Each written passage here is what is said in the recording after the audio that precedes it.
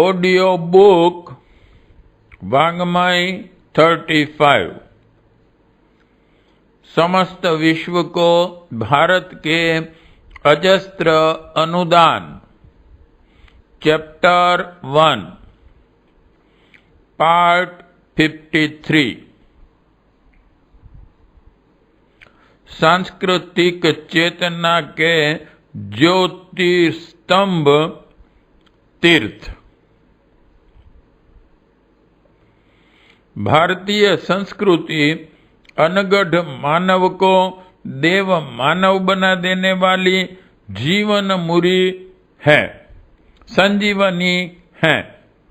षोडश संस्कारों तथा प्रतीकों के माध्यम से जहाँ देव संस्कृति व्यष्टि सत्ता व समष्टि सत्ता में घनिष्ठ तादात्म्य स्थापित कर व्यक्तित्व परिष्कार की प्रक्रियाओं की स्थापना करती है, वहाँ सांस्कृतिक चेतना के 5 सशक्त आधार स्तंभों के माध्यम से वह इस आलोक को जन जन तक पहुंचाने की व्यवस्था भी करती हैं।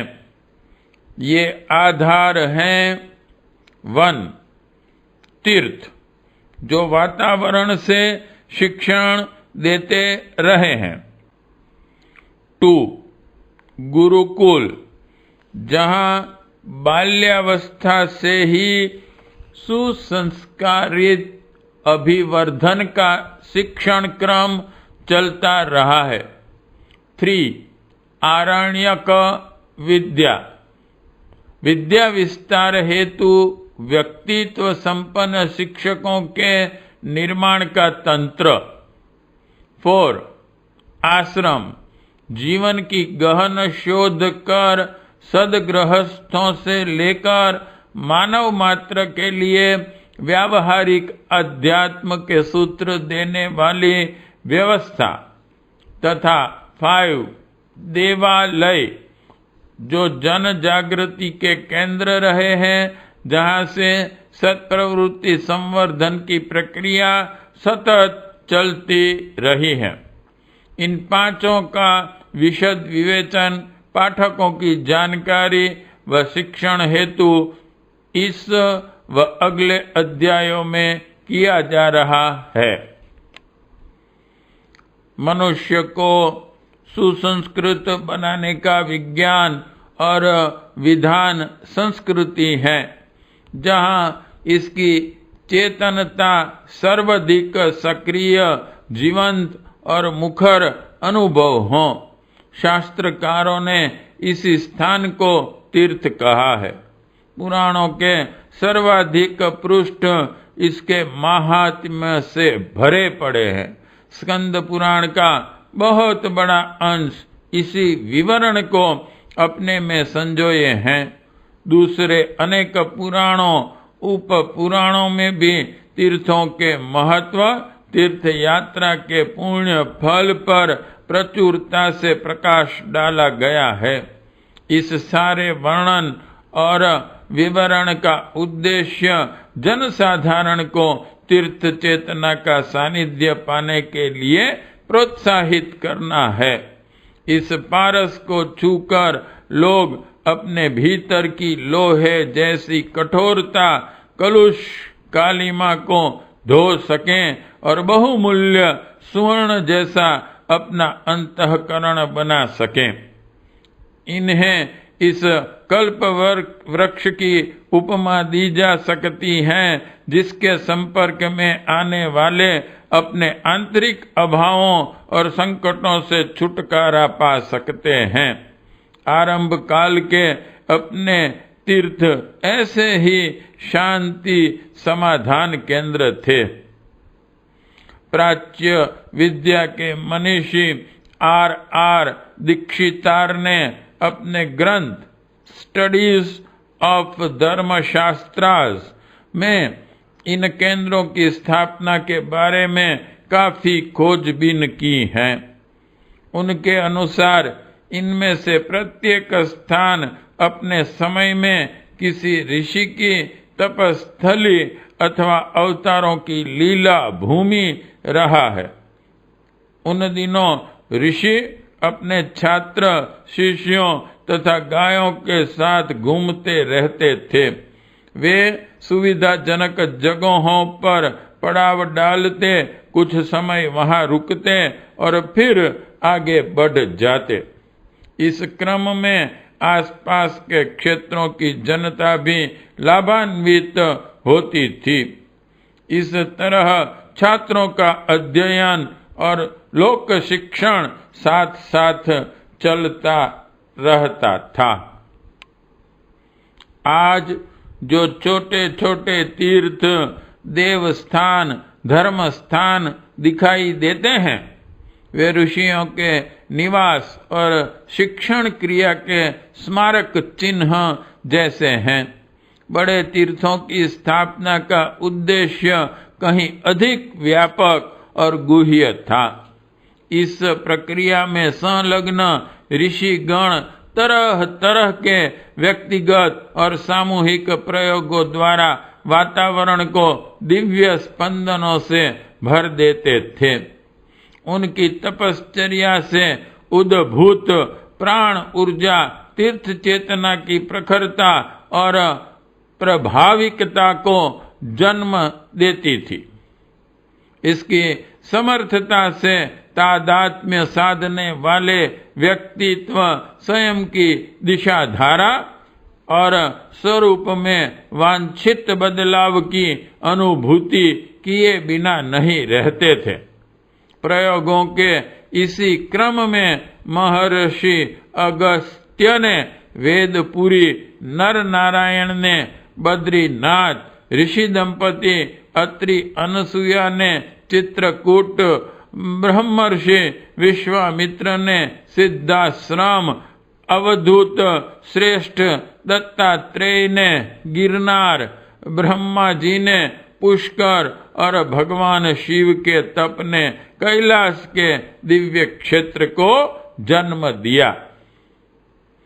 इनके अलावा जिन क्षेत्रों में भगवान के विभिन्न अवतारों के क्रियाकलाप विशिष्ट प्रेरणाएं प्रस्तुत करते रहे हैं, वहां भक्त जनों ने तीर्थों की स्थापना की है। भगवान राम और कृष्ण की लीलाओं का स्मरण दिलाने वाले अनेकों तीर्थ अभी भी उनकी लीला भूमि में विद्यमान हैं। इन सब का एक ही उद्देश्य रहा है कि सर्व सामान्य को भगवान के अवतारों के प्रयोजनों का परिचय मिले, वह इससे प्रेरणा और प्रकाश पा सके। इसीलिए इन विशिष्ट स्थलों को अवतारों का भावना शरीर कहा जाता है और इसी श्रद्धा भावना से उनके सानिध्य का प्रयास किया जाता है। यह प्रयास मनुष्य मात्र को प्रेरणा, प्रकाश और ऊर्जा देता रहे।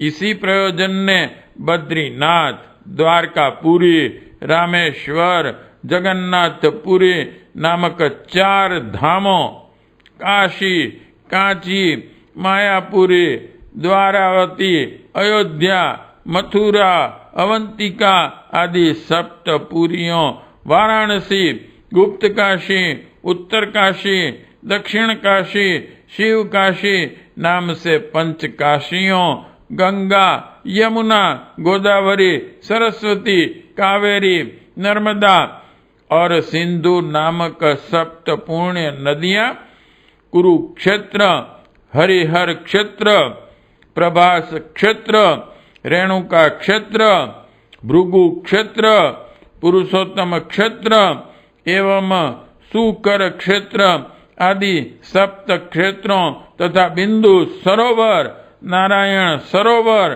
पंपा सरोवर, पुष्कर सरोवर और मानस सरोवर के रूपों में व्यापक तीर्थ तंत्र विकसित किया। इन प्रधान केंद्रों से ऊर्जस्विता लेकर अन्य अनेक छोटे बड़े तीर्थ विकास पाते रहे। प्राच्य अनुरागी A.L.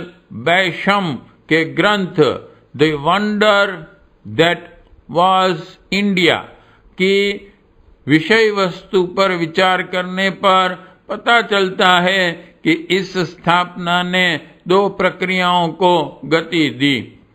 एक यह कि समय समय पर अपनी सुविधानुसार व्यक्ति वहां पहुंचे और उपयुक्त वातावरण में आरण्यकों के तत्वाधान में तीर्थवास करें।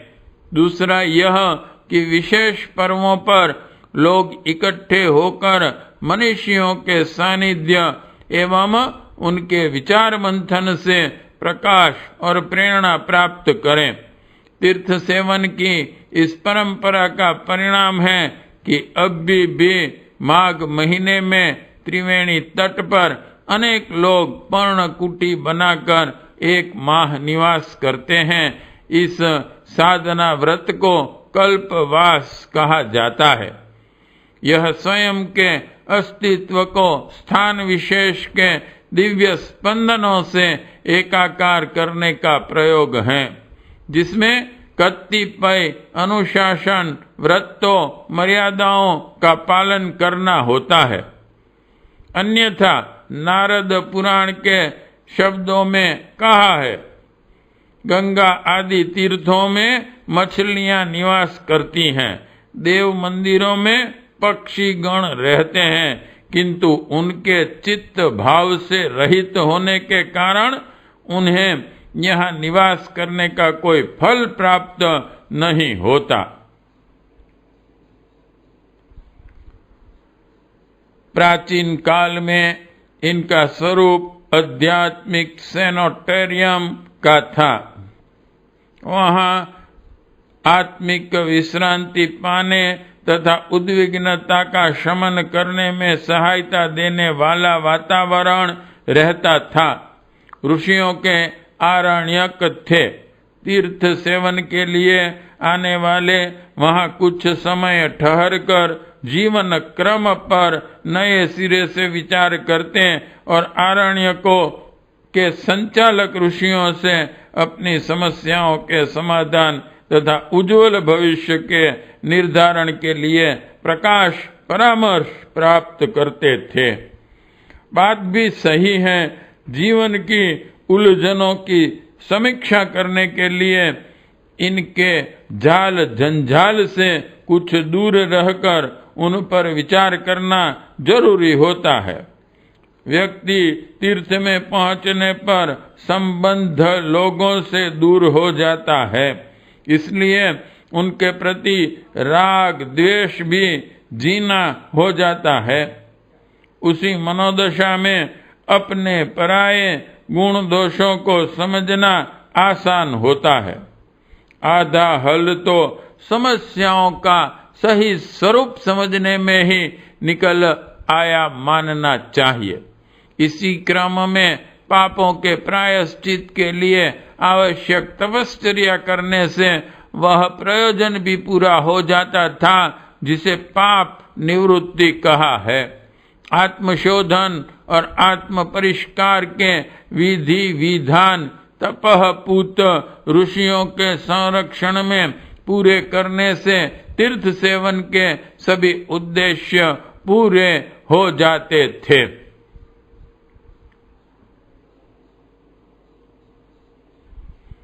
इसके पीछे वातावरण की विशिष्ट भूमिका है। कुछ प्रभावशाली लोग ही वातावरण को बनाने में समर्थ होते हैं। सर्वसाधारण तो वातावरण के प्रभाव के अनुरूप ढलते रहते हैं। जिस ढर्रे पर घर के, समाज के आसपास के लोग लुढ़कते रहते हैं, साधारण व्यक्ति भी घिसट कर उसी प्रवाह में बहने लगता है। डिब्बे पटरी पर ही लुढ़कते हैं। आंधी अपने साथ अपनी दिशा में ढेर सारा कूड़ा करकट उड़ा ले जाती है। वातावरण भी नदी के बहाव और आंधी तूफान के आवेग जैसा ही होता है। सामान्य मनुष्य तो दर्पण की तरह है। जिस रंग की प्रखरता उनके समीप होती हैं, वैसी ही उसकी दर्पण में छवि बन जाती है। इसी से इतिहास पुराणों में सत्संग की महिमा का प्रभाव भरा पड़ा है, क्योंकि प्रचंड प्रभाव या तो प्रचलित ढर्रे का होता है या फिर प्राणवान व्यक्तियों का। उससे कोई बिरला ही अप्रभावित रह पाता है। आग के पास गर्मी और पानी के पास ठंडक मिलती है। सुगंधित और दुर्गंधित स्थल की अनुभूति से सभी प्रभावित होते हैं। तीर्थों के प्रमुख विशेषता यही थी कि प्राणवान प्रतिभाएं वहां का ऐसा वातावरण बनाए रहती थी जिसमें थोड़े समय भी रहने वाला व्यक्ति प्रभावित हुए बिना नहीं रह पाता था। प्राकृतिक सौंदर्य, सरित सरोवर, उत्साहप्रद देव मंदिर आदि इसमें सोने में सुगंध उत्पन्न करने जैसा काम करते थे। अपने स्नेह, सौजन्य, अतिथि संस्कार और भाव भरे परामर्शों से तीर्थ यात्राओं को निहाल करने वाले व्यक्तित्वों का अपना आकर्षण कम नहीं था। इन सब का मिला जुला चुंबकत्व लोकमानस में तीर्थ यात्रा के लिए आतुरता उमगाड़े तो आश्चर्य क्या। सम्राट हर्षवर्धन के दरबार में रहने वाले चीनी यात्री ह्यूएन सांग ने इस संबंध में अपनी अनुभूति का चित्रण मोहक शब्दों में किया है। उसके अनुसार भारतीय मनीषियों ने लोक जीवन की भावनात्मक एकता, सांस्कृतिक चेतना के प्रसार विस्तार एवं धर्म भावना के विकास जैसे उच्च स्तरीय लाभों के लिए तीर्थ यात्रा का क्रम विकसित किया था। इसी उद्देश्य को पूरा करने के लिए शास्त्रकारों ने इसे पद यात्रा के रूप में संपन्न करने का निर्देश दिया है। कहा जा सकता है कि उन दिनों वाहन नहीं थे, इसलिए सामयिक परिस्थितियों के अनुसार ही पद यात्रा का विधान किया गया होगा। निसंदेह उन दिनों आज की तरह द्रुतगामी वाहन नहीं थे, पर जो थे उनका भी निषेध किया हुआ था। इस परंपरा के अवशेष आज भी कई रूपों में देखे जा सकते हैं। गोवर्धन, गिरनार आदि पर्वतों, व्रज धाम, प्रयाग, पंचकोशी आदि क्षेत्रों, नर्मदा, गंगा, यमुना आदि नदियों की परिक्रमा आज भी की जाती है। असमर्थतावश जो लोग दूर स्थानों की तीर्थ यात्रा नहीं कर सकते, वे इस असुविधा से बचते हुए भी विशिष्ट पर्वों पर समीपस्थ विशिष्ट स्थानों की या पीपल, बरगद, आंवला, तुलसी आदि की अमुक संख्या में परिक्रमा कर लेते हैं। मैकक्रिंडल के ग्रंथ मेगास्थनीज एंड एरियन के शब्द प्राचीन समय में इसके स्वरूप को स्पष्ट करते हैं। उसके अनुसार उन दिनों वास्तविक जन छोटी मंडलियां बनाकर तीर्थ यात्रा के लिए निकलते थे। वहां से चलकर किन किन स्थानों पर ठहरते हुए कब तक वापस लौटेंगे, इसकी रूपरेखा प्रत्येक मंडली बनाती थी। मार्ग में जो भी गांव, झोंपड़े, जंगल, पूर मिलते थे, उनमें रुकते, ठहरते और किसी उपयुक्त स्थान पर रात्रि विश्राम करते थे। निरंतर यही क्रम चलता था। दिन में जहाँ रुकना वहाँ धर्म चर्चा करना, लोगों की व्यथा सुनना, उन्हें उचित सलाह देना, यह प्रातः से सायं का कार्यक्रम था। रात्रि विश्राम का काफी कुछ समय कथा, कीर्तन, शंका समाधान, सत्संग, प्रवचन आदि में व्यतीत होता था। काय चिकित्सा, उपयोगी परामर्श, मानसिक समाधान तथा समर्थ शुभ कामना जैसे कई एक लाभ इन तीर्थयात्रियों से सर्वसाधारण को मिलते थे। तीर्थयात्रियों के लिए यह यात्रा एक उच्च स्तरीय तप साधना थी।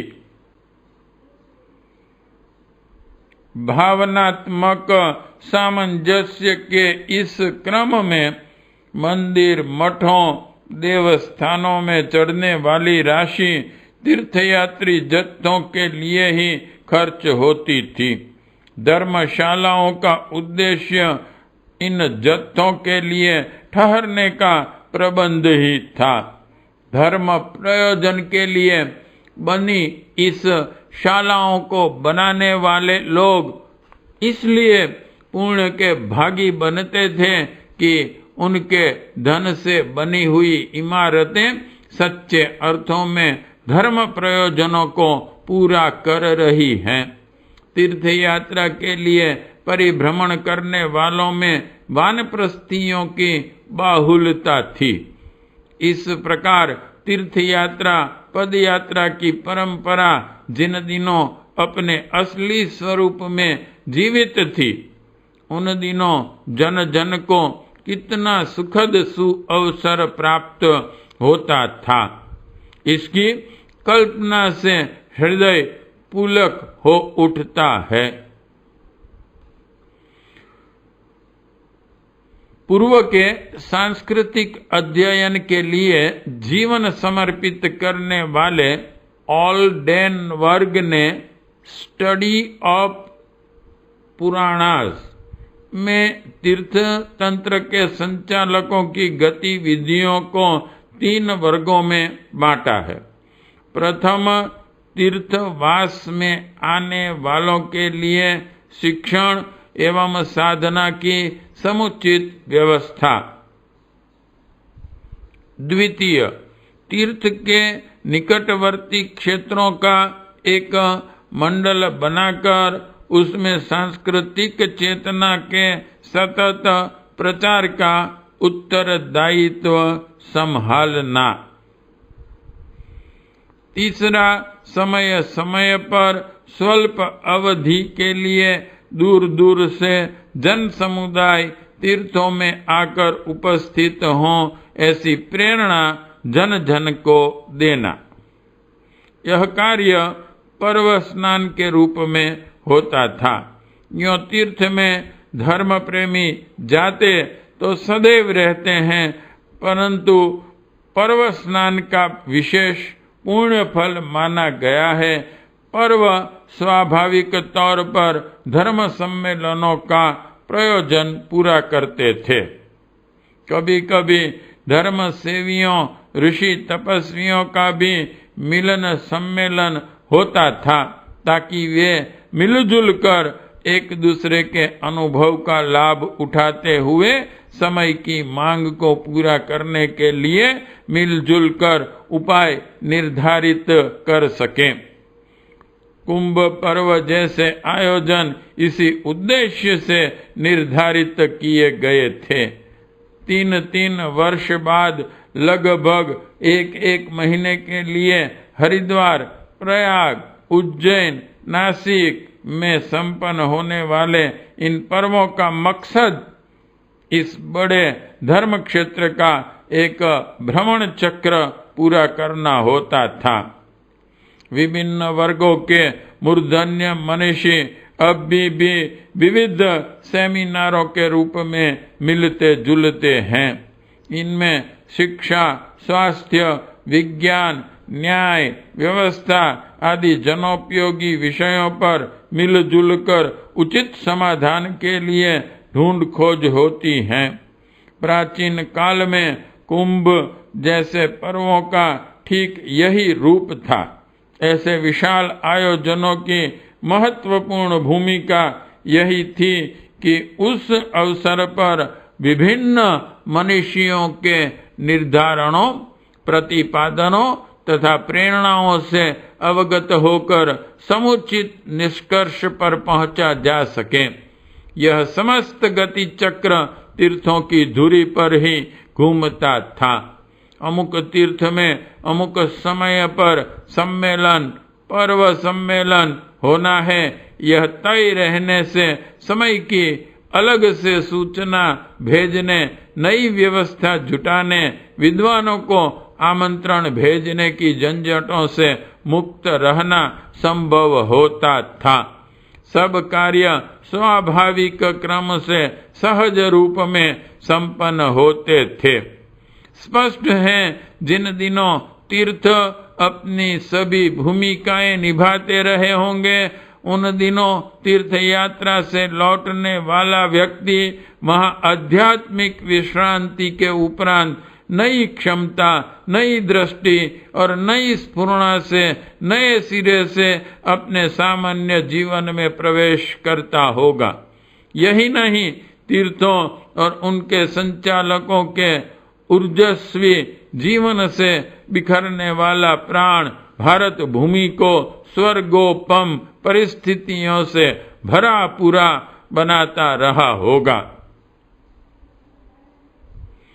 आज तीर्थों की काया तो विद्यमान है, किंतु उनकी आत्मा प्रसुप्त है। यद्यपि प्रसुप्ति मृत्यु नहीं है, पर ऐसी स्थिति में होने वाला आचरण मृतवत तो है ही। इन दिनों तीर्थों में पहुंचने वालों की भीड़ स्नान, दान, पुण्य, दर्शन आदि कृत्यों को पहले जैसे ही हैं, लेकिन दोनों स्थितियों में वही अंतर है जो सुषुप्ति के गर्त और जागृति में होता है। प्रथा तो रह गई है, पर प्रेरणा बुझ चुकी है। समय की पुकार है कि मूर्छना को जागृति में बदला जाए। नव जागरण की इस सुहानी पवित्र सुबह में तीर्थों के धर्म बिंदु को उपेक्षित छोड़ना उचित नहीं। मैले कपड़े धोए जा सकते हैं, टूट फूट की मरम्मत होती रहती है, बीमार फिर से स्वास्थ्य लाभ प्राप्त कर सकता है, तब कोई कारण नहीं है कि तीर्थ तंत्र स्वार्थों और अंधविश्वासों की बेड़ियां तोड़कर न उठ खड़ा हो। ऐसी स्थिति में इसकी प्रखरता की आभा में अतीत की स्वर्णिम परिस्थितियां पुनः जागृत हो उठेगी। पाठ 53 समाप्त।